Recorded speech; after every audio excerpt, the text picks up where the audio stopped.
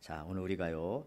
욥기 42장 1절에서 5절 그리고 10절에서 15절에 있는 말씀 가지고 나의 가는 이 길 끝에서 나는 주를 보리라. 나의 가는 이 길 끝에서 나는 주를 보리라. 이런 제목으로 하나님의 은혜 함께 나누고자 합니다.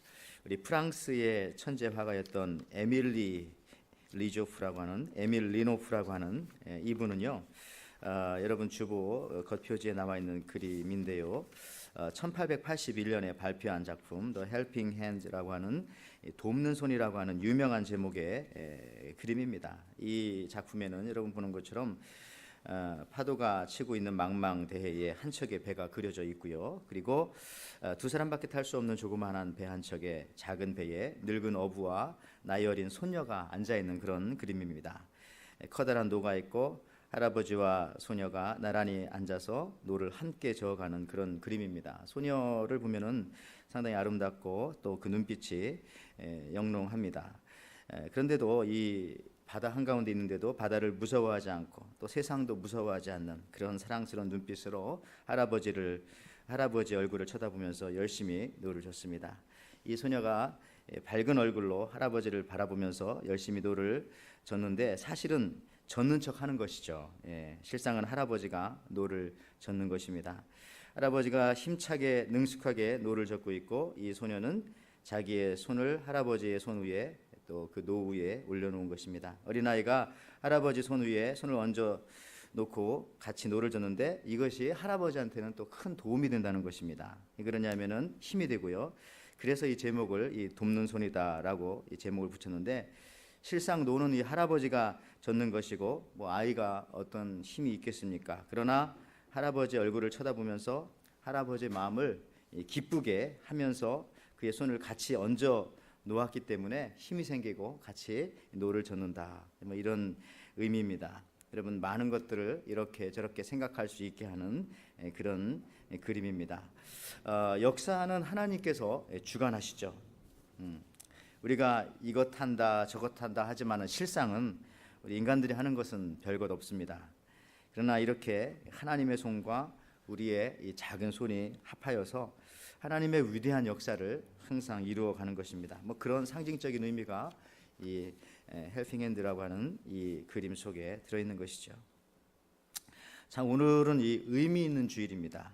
2017년 오늘이 바로 이제 절반이 어떻게 보면은 끝나는 것이고요. 벌써 2017년 이 반환점을 돌아서 또 후반전의 그 우리 인생길을 또 바라보게 하는 그런 주일이에요. 한 해 동안 결심하며 또 기도하며 걸어오셨던 길을 돌이켜 볼 때 어느 정도 목표했던 것을 이루셨는지 또 내가 어디까지 와 있는지 다시 한번 이렇게 살펴볼 수 있는 주일이기도 합니다. 또한 오늘이 바로 6월 25일 한국 전쟁이 있던 날이고요. 역시 한국 전쟁이 주일날 있었잖아요. 주일날 아침에 오늘도 어떻게 6월 25일이 주일날과 이렇게 맞아 떨어지는 그런 주일이 되겠습니다. 우리 민족에게는 다시 이 전쟁이 없기를 좀 바라고요. 또 모든 역사를 선하게 이끌어 가실 것을 믿는 마음으로 그래서 오늘 말씀을 함께 나누길 원합니다. 역사는 하나님이 주관하시고 하나님이 이끌어 가신다 하는 생각 여러분들 마음에 두시고요. 여러분 우리가 어떤 길이 옳은 길인가 그 길이 옳지 않은 길인가 하는 것을 따질 때에 사실 그 과정은 그리 중요하지 않습니다. 그 길의 끝이 어디와 맞닿아 있는가를 보면서 이 길이 옳은 길이구나 이 길이 옳지 않은 길이구나 하는 것을 판단할 수가 있는 것입니다. 세상에 참 많은 정보들이 있는데 요즘 우리가 그 SNS가 풍성하다 보니까 잘못된 정보들을 접하는 경우가 참 많습니다. 잘못된 길을 가르쳐주고 또 우리들은 그것이 잘못된 길인지도 모르고 그 길을 갈 때가 많아요. 어떤 분들은 가끔 신앙에 대해서 질문을 해올 때가 있는데 어디서 그런 질문을 알게 되었는가 물어보면 인터넷을 찾다 보니까 이런 질문이 있었다. 뒤져보니까 그건 다 이단들이 하는 요즘에 그 신앙에 관한 그 많은 부분 이단들이 이렇게 인터넷을 점령하고 있어요. 그래서 함부로 어떤 질문을 그 인터넷에 넣어가지고 그 질문이 이게 답이다라고 생각하면은 잘못되면은 엉뚱한 길을 갈 경우가 있습니다. 어쨌든 제가 어제 그저께 신문을 보다 보니까 제목 이런 사설이 있더라고요. 이성을 조롱하는 불량 주장들이라고 하는 칼럼이 있었는데요. 내용은 이런 겁니다. 그 홍역 미절스에 관한 이야기인데 1963년에 여러분 홍역 백신이 있기 전까지는 실제로 전 세계적으로 홍역으로 많은 아이들이 죽었다고 합니다. 심지어 이것은 뭐 한국뿐만 아니라 미국에서도 흔한 일이었습니다. 그러다가 이 홍역 백신의 역할로 2000년에 미국에서는 이제 우리가 홍역이 완전히 사라졌다라는 것을 선언하게 되었어요. 그랬던 것이 최근에 다시 미국 땅에서도 이 홍역이 기승을 부리고 있습니다. 특별히 몇 달 사이에 그 미네소타 같은 경우에는요 70건의 홍역이 발생했다고 합니다. 근데 그 이유를 알아봤더니 어떤 한 사람이 잘못된 길을 제시한 한 사람이 있었어요. 이 사람이 의사이기도 하지만 뭐 리서치맨이기도 한데요. 앤드류 웨이크필드라고 하는 사람입니다. 이 사람이 1998년 권위 있는 의학 전문지인 그 랜시스에다가 이 자폐증, 아티즘이라고 하는 것과 이 홍역 백신 MLR이 관계가 있다 이런 주장을 했어요. 왜 그러냐면 이 자폐증 발생이 생애 첫 해에 맞게 되는 이 홍역 백신과 백신 접종과 이게 좀 이렇게 기간이 맞거든요. 그러다 보니까 여러 가지 이렇게 조사해서 연구 결과를 낸 거죠. 그래서 이 웨이크필드는 이런 주장을 미네소타에 많이 퍼뜨렸고요. 또 그뿐만 아니라 여기저기 돌아다니면서 이런 주장을 많이 했던 것이죠. 그러나 실상 여러 가지 조사해보고 또 의학 전문가들이 알아본 결과에 의하면은 자폐증은 뭐 태어날 때 전부터 이제 발생하는 것이고요. 인구 뭐 10만 명당 5명 이렇게 되는 거잖아요. 홍역 백신과는 아무런 상관이 없다 이런 결론을 내게 된 거죠. 그러니까 이 분이 잘못된 길을 제시했기 때문에 홍역에 걸린 사람들은 어떻게 되는 겁니까? 홍역에 걸려서 위험에 처했던 아이들은 어떻게 되었던 겁니까? 여러분 우리가 특히 전문가라고 하는 분들이 이런 실수를 하게 되면은 그 피해가 커지게 되는 건데요. 이 길이 중요합니다. 어떤 길을 가느냐, 내 가는 이 인생길이 이게 온전한 길이냐. 그래서 오늘 제가 설교 제목을 내가 가는 이 길 끝에서 나는 주님을 보리라. 이런 고백 속에서 우리가 항상 내가 가는 이 길을 선택해야 돼요. 내가 이 길을 간다면 마지막에 가서 사랑하는 우리 주님을 보는 길인가? 물론 지금도 나와 함께 하시지만은 이 길 끝에 가면은 주님이 없고 멸망길로 끝나는 허무의 길로 끝나는 아무도 없이 나 혼자 죽음을 맞이하는 쓸쓸한 그런 것으로 끝나는 그런 길인가? 여러분 이런 확신 가지고 살아야 돼요. 내가 이 길 끝에서 나의 주님을 보리라 하는 이런 확신. 근대의 유명한 역사학자이며 그 이론과 책이 미국 그 대학생들 교양 교과서에 많이 쓰여지다시피 했는데요. 오늘 이제 역사 이제 전쟁이 있는 날이었기 때문에 이런 얘기를 많이 하게 됩니다. 그 찰스 베아드라고 하는 분이 말하기를 이렇게 했어요. 역사란 전쟁사다. 역사란 전쟁의 역사다. 그리고 그 속을 보면은 참 신기한 것이 양육강식의 역사가 통하지 않는다는 겁니다. 양육강식이란 말은 뭡니까? 강한 자가 이기고 약한 자는 항상 먹힌다, 진다 이런 건데 그게 아니라는 거예요. 이상하게도 동물의 세계도 마찬가지고 인간의 세계도 마찬가지고 인간의 역사도 쭉 몇천 년 동안 조사해 봤더니 강한 자가 살아남는 게 아니라 이상하게도 약한 자가 살아남더라 이런 얘기입니다. 신기하죠?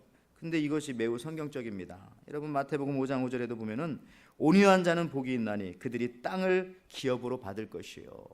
세상에 개미의 숫자가 많습니까? 아니면 사자나 코끼리의 숫자가 많습니까? 약한 숫자들이 훨씬 개체가 많은 거예요.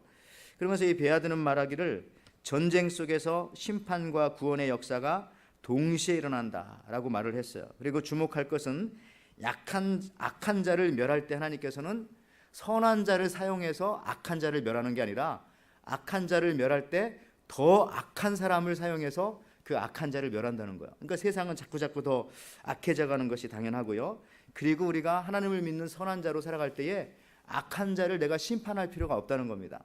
하나님의 역사는 선한 자를 통하여 악한 자를 심판하는 역사가 없어요. 더 악한 자를 통해서 그 악한 자를 심판하는 것이죠.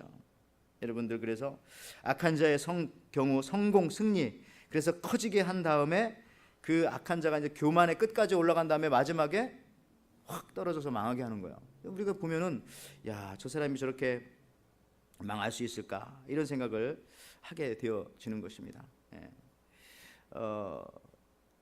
어떤 사람이 이제 그런 얘기 하더라고요. 그래서 고민을 털어놓는 사람의 글을 보니까 자기가 이제 그 결혼을 했는데 지금 이혼을 했다는 거죠. 참 괴롭다. 근데 두 아이를 키우고 있어요.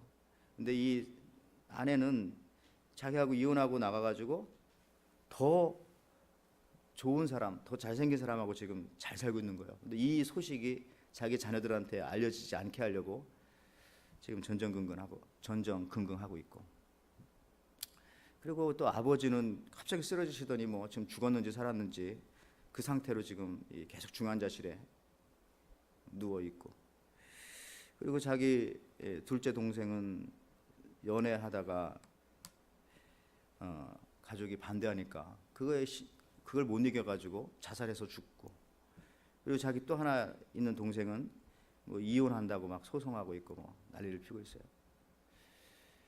근데 여러분, 여기서 반전이 일어납니다. 이 사람 누굴까요?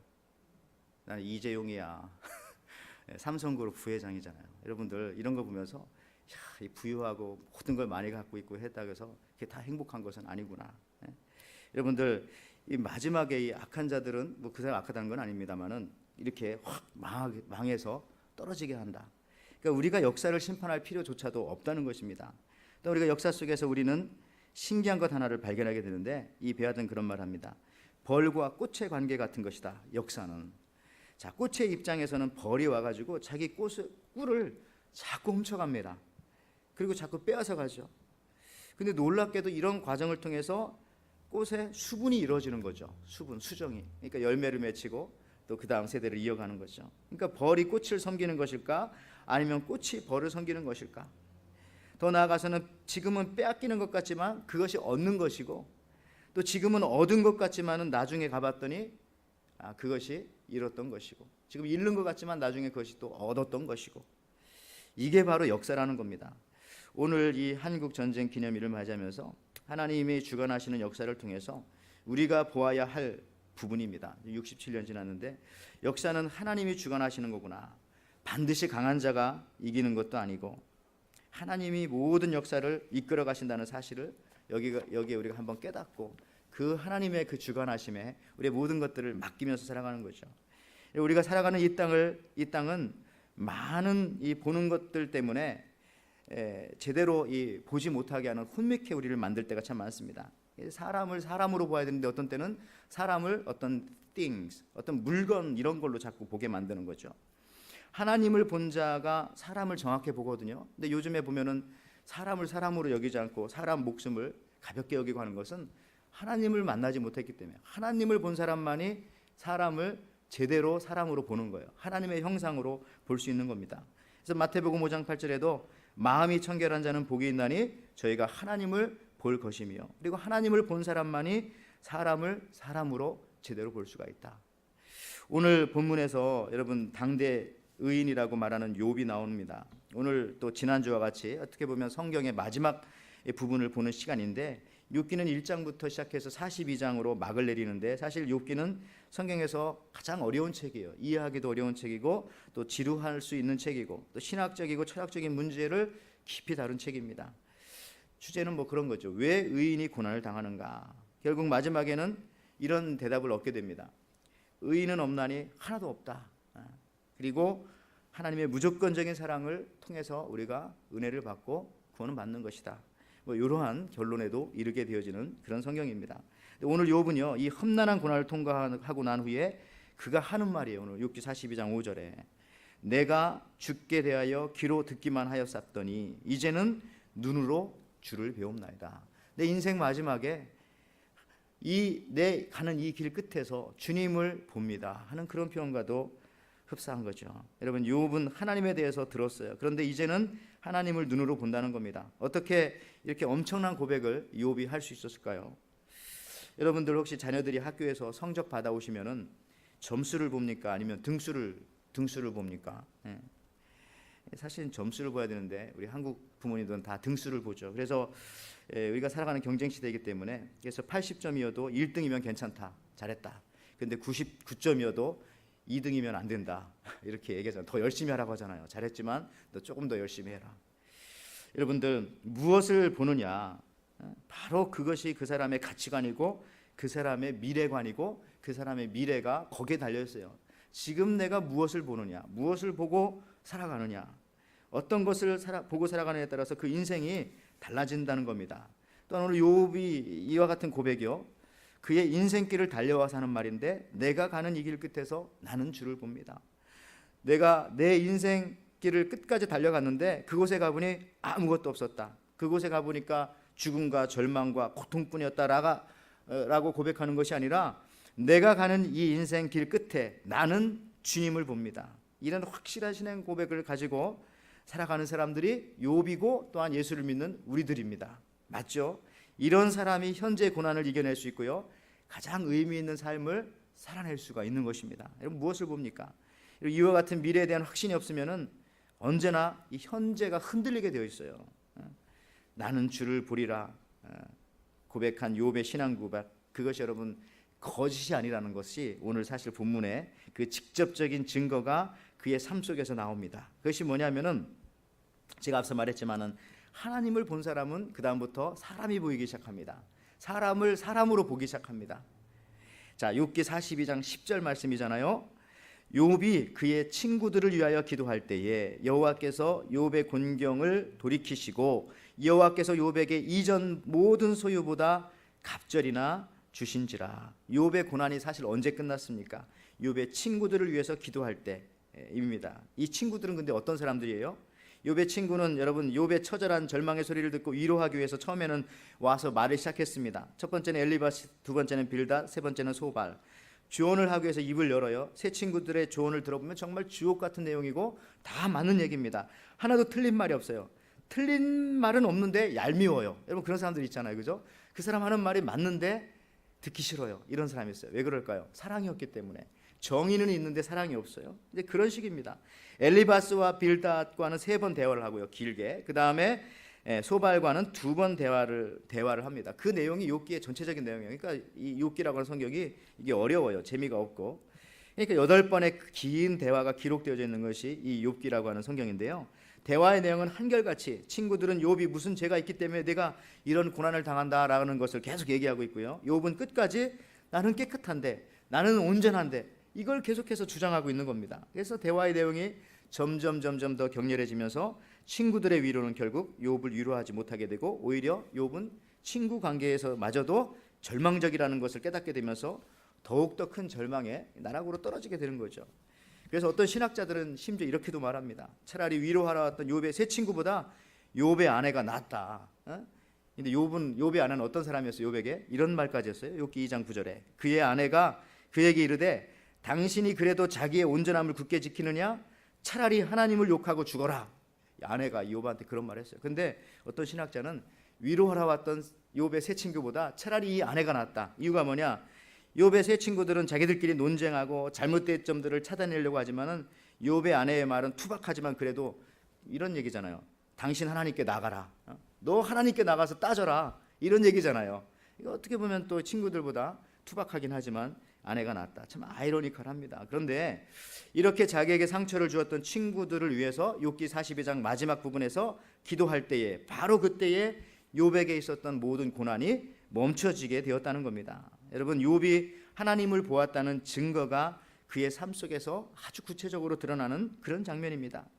또한 그렇게 자기를 아프게 하던 사람들을 위해서 기도할 때에, 축복 기도할 때에 그때로부터 모든 환난과 고난으로부터 노임을 받게 된다라고 하는 사실들이죠. 여러분 하나님을 보지 않았다면 어떻게 이렇게 할 수가 있습니까? 하나님을 눈으로 보는 것이 아니고 오히려 하나님을 본 증거가 이렇게 욥에게 삶으로 나타난다는 거죠. 그랬더니 고난이 다 사라졌다. 우리도 살아가면서 이 땅 속에서 우리에게 고난을 주고 또 아픔을 주고 손해를 주었던 사람들을 위해서 여러분 우리가 기도할 수 있을까요? 그들을 축복할 수 있을까요?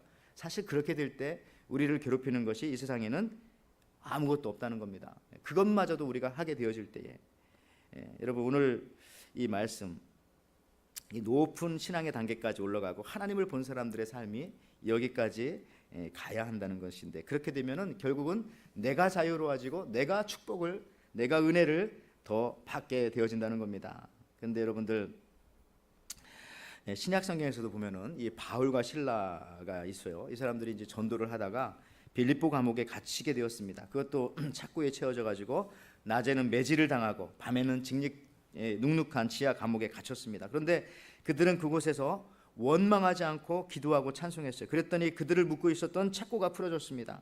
그리고 지진이 나가지고 감옥문이 열리고 자기를 묶어놨던 이 착고들이 다 풀렸는데도 도망가지 않고 거기 있었어요. 그들이 감옥에 있었지만은 문이 열렸는데 도망가지 않았다는 것은 그들은 결국 감옥에 갇혀 있었다는 것이 아니잖아요. 근데 더 자세히 이 본문을 보면은 좀 더 의미가 있고 재미가 있습니다. 자, 빌립보서 16장 25절 26절을 보면요, 이렇게 나와요. 한밤중에 바울과 실라가 기도하고 하나님을 찬송하며 제수들이 듣더라. 이에 갑자기 큰 지진이 나서 옥터가 움직이고 문이 곧 다 열리며 모든 사람의 매인 것이 다 벗어진지라. 여러분, 여기서 바울과 실라가 기도했다. 상상해 보세요. 무엇을 기도했을까요? 분명히 감옥문이 열리고 이 묶어맸던 이 줄이 다 풀리고 했는데도 도망가지 않았다는 것은 감옥 안에 있으면서 하나님, 제가 이 문제의 감옥에서, 하나님 내가 이 감옥에서 나가게 해주십시오. 나가서 복음 전할 수 있도록 해주십시오. 이 기도한 건 아닌 것 같아요. 그렇죠? 기도를 했는데 그 기도한 것 같잖아요. 우리 같으면 그 기도를 하겠죠. 여기서 나가게 해주세요. 빨리 나가서 하나님께서 주신 사역을 감당해야 되겠습니다. 근데 그런 기도 하지 않은 것 같아요. 왜? 문이 열렸는데도 나가지 않았으니까. 그럼 무슨 기도했을까? 제가 상상하고 제가 추측하기는 이런 겁니다. 문이 열렸는데도 도망가지 않았다면 무엇을 기도했을까? 자기를 때리고 핍박한 사람들을 위해서 기도하지 않았을까 하는 생각을 하게 됩니다. 그러니까 제수들이 듣더라. 제수들이 들은 거예요. 저 사람들 이상한 사람들이네. 참 신기한 놈들이네. 자기를 핍박하고 때리고 했던 이 로마 사람들, 이런 사람들 왜 저렇게 기도를 하네?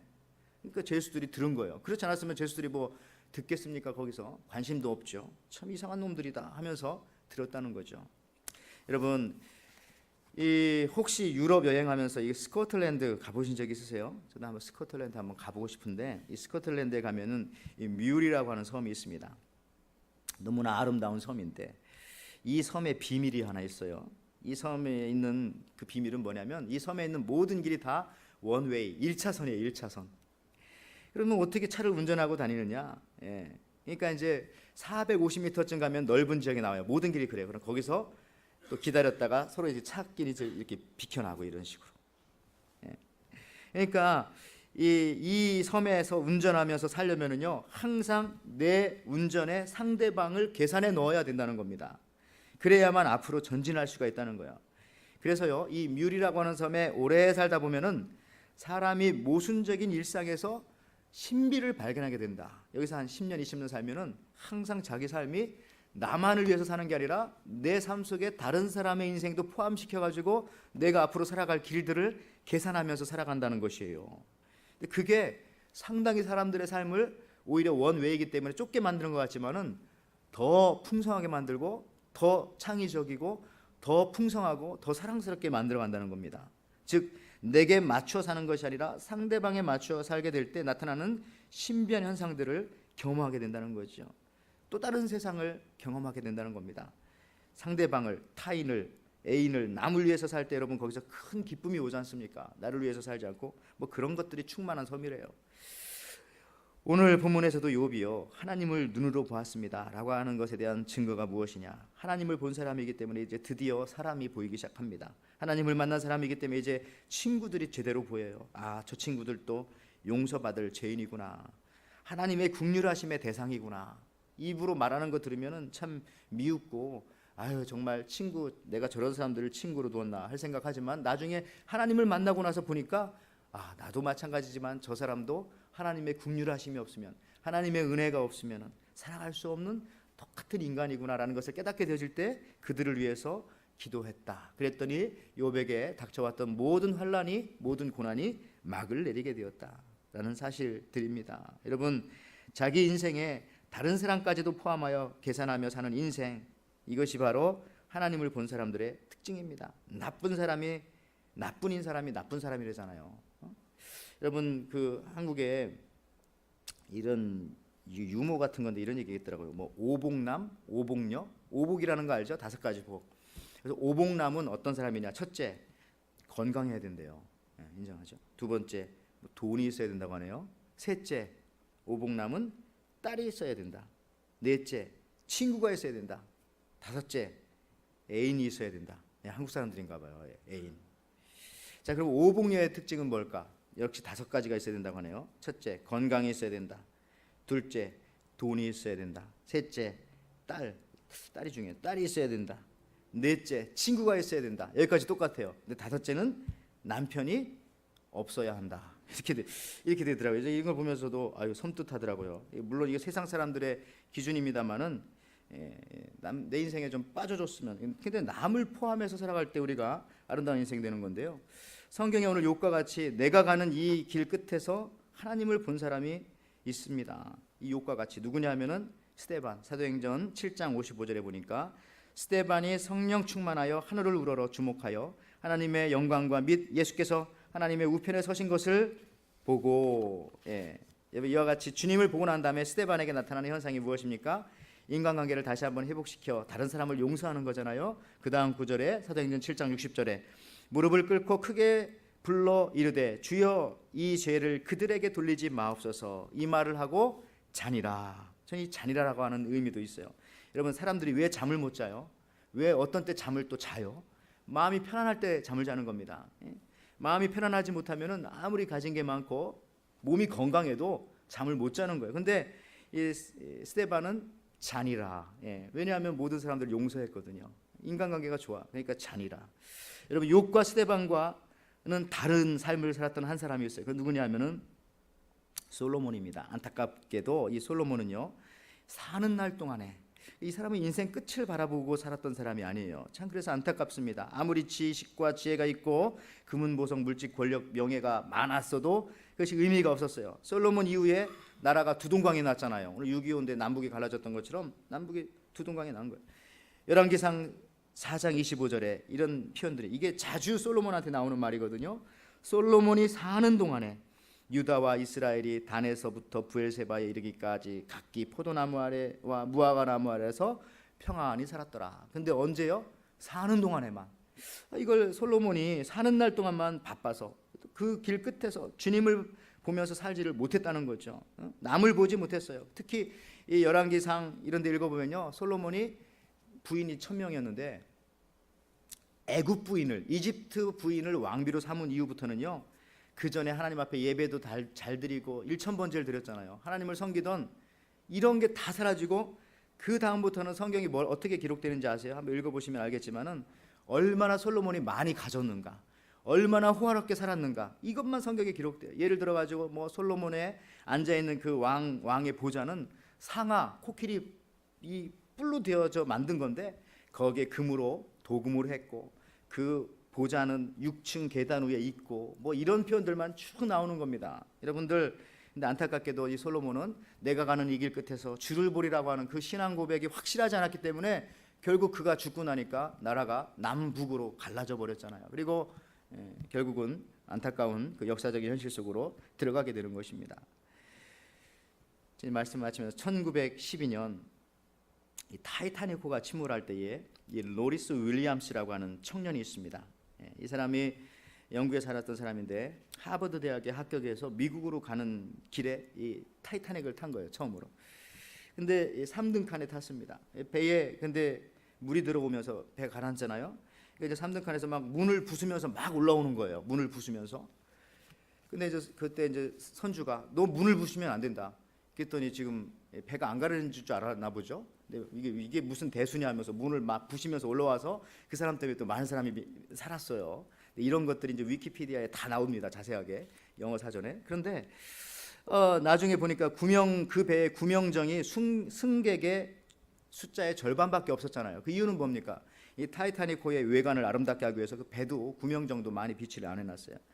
나중에 나와서 보니까 구명조끼가 하나밖에 없어요. 그래서 그 구명조끼 하나를 자기 아버지를 입혀주고 자기는 맨몸으로 수영해가지고 8시간 동안 수영을 하다가 이제 지쳐가지고 나중에 그래 죽지는 않고 발견되었어요. 근데 뭐 동상으로 손이 다 얼어가지고 손가락 발가락을 다 자르라고 그렇게 얘기를 했는데 나는 자르지 않겠습니다. 왜냐면 이 사람이 이제 그 테니스를 잘 쳤거든요. 그러면 그런 것과 이제 공부를 잘해서 하버드 가는 길이었는데 안 잘랐어요. 그게 이제 타이타닉호가 가라앉은 게 4월 21일. 근데 바로 그해 10월 달에 이 사람이 대회에 나가가지고 금메달을 따게 된 거예요. 그 다음에 뭐 1924년에는 올림픽에 나가서도 금메달을 따고 대단한 사람이죠. 이런 사람이에요. 수없이 아주 이 미국 테니스계의 아주 전설 같은 인물입니다. 나중에는 투자 회사를 운영해가지고 부자가 됐어요. 자녀 셋을 낳고 잘 살았습니다. 의사가 어느 날인가 76세밖에는 당신은 살 수 없습니다 라고 어떤 병이 있었나 보죠. 그렇게 말했어요. 근데 이 사람이 76세 내가 타이타닉에서도 나왔는데 내가 이거 당신의 말을 믿지 않겠다라고 해가지고 이 사람이 76세밖에 못 산다고 했는데 더 억지로 살아가지고 78세까지 살았어요. 자, 이런 거 보면서 여러분 분명한 확신과 끝을 보며 살아가는 거죠. 여러분 세상 말 듣고 세상 말 듣지 않고 살았다는 겁니다. 가끔 우리는 너무나 이 전문가들의 말을 듣는 정도가 아니라 믿는 경우가 너무 많아요. 그래서 의사가 죽는다면은 죽을 준비합니다. 근데 여러분들 아시는 것처럼 아니죠. 하나님이 허락하지 않으면은 아무도 가고 싶어도 갈 수가 없어요. 반대로 가기 싫어도 하나님이 오라고 하면 가야 되는 것이고요. 여러분 모든 것의 끝은 하나님이 붙잡고 계십니다. 이 사람이 이렇게 타이타닉에 있었어도 살았잖아요. 하나님이 아직 올 때가 안 됐다면 오지 않는 거고요. 가기 싫어도 하나님이 오라면 가야 돼요. 모든 인생의 끝은 하나님이 붙잡고 계시다. 하나님 이렇게 말씀하시잖아요. 나는 알페와 오메가다. 나는 처음과 끝이다. 여러분 우리가 믿을 수 있는 것은 그래서 오직 하나님의 말씀뿐입니다. 제가 설교 초반에 말씀드렸지만 이 에밀 로프의 그림, 또 헬핑 핸즈라고 도움의 손이라고 하는 이 그림, 여러분 이 땅의 모든 인류의 역사는 인간이 이끌어가는 것이지만은 인간이 이끌어가는 것 같지만은 하나님의 손에 의하여 이 노가 저어져 간다는 겁니다. 인간의 역사뿐만 아니라 내 인생의 역사도 우리 인간은 그분을 전적으로 신뢰하며 그분의 손 위에 내 손을 가볍게 올려놓고 그렇게 살아가는 겁니다. 여러분 무려 364년 동안이나 긴 세월을 살았던 긴 세월 동안 목사님을 계속해서 배출했던 가정이 있어요. 놀라운 가정 아니에요? 성도가 배출된 게 아니라 364년 동안 대대로 한 번도 거르지 않고 목사님을 배출했던 이런 가정이 있었는데 그 가정에서 태어난 사람이 있었습니다. 1808년 11명의 형제 중 한 사람으로 태어난, 그래서 한평생을 경건하게 살아갔던 호라티우스 보나르라고 하는 목사님. 이분은 여러분 가지고 있는 이 찬송가에도 옛날 찬송가에는 7개의 그 찬송가가 있었고요. 한국 찬송가에도요. 지금은 4개 정도 있습니다. 대표적인 찬송이 뭐 그 양떼를 떠나서 길 잃어버린 나 뭐 이런 찬양, 내지는 뭐 기뻐 찬송하세 뭐 이런 그 부활 찬양 이런 것들이 있는데요. 이 보나르는요 항상 이랬대요. 아침에 일어나면은 창문의 커튼을 탁 걷어치면서 주님 아침에 오시겠습니까? 그 다음에 또 밤에는 커튼을 탁 닫으면서 주님 오늘 밤에는 오시겠습니까? 그러면서 침대에 잠이 들었다는 겁니다. 여러분 아침 저녁으로 이렇게 기다리면서 주님의 오심을 앞에 놓고서 늘 경건하게 살았다는 거죠. 우리네 인생은 모든 길을 다 가보고 사는 것이 아닙니다. 다 가보고 나서 결정할 수 있는 인생이 우리에게는 없어요. 오늘 이 시간이 나에게는 처음이자 마지막 시간입니다. 이 시간을 살면서 말씀 속에서 확신을 가지고 내가 가는 이 길 끝에서 나는 주님을 볼 것이다 라고 하는 그 믿음의 확신으로 우리가 살아야 합니다. 이런 믿음이 어디서 나오는가? 모든 인류의 역사를 주관하시는 분이 계시다는 사실을 믿고 인정하면서 그분께서 결국 내 인생을 우리 주님이 노저 인도하시고 나는 그냥 거기에 손만 얹어 놓는다. 전적 의존의 믿음이죠. 이것으로 오늘을 살아가는 것입니다. 여러분 실로 내일이 더 나아가 그 끝이 보장되어 있을 때에 오늘을 더욱더 힘차고 의미 있게 오늘 하루를 살아갈 수 있을 줄 믿습니다. 여러분 그런 확신 속에서 살아가셔서 유혹과 같이 스데반 같이 또 이웃을 살펴보고 또 다른 사람들을 살펴보면서 여러분들이 하나님을 본 사람의 그 같은 삶의 모습으로 승리하시는 저와 여러분 되시기를 주님의 이름으로 축원을 드립니다. 아멘.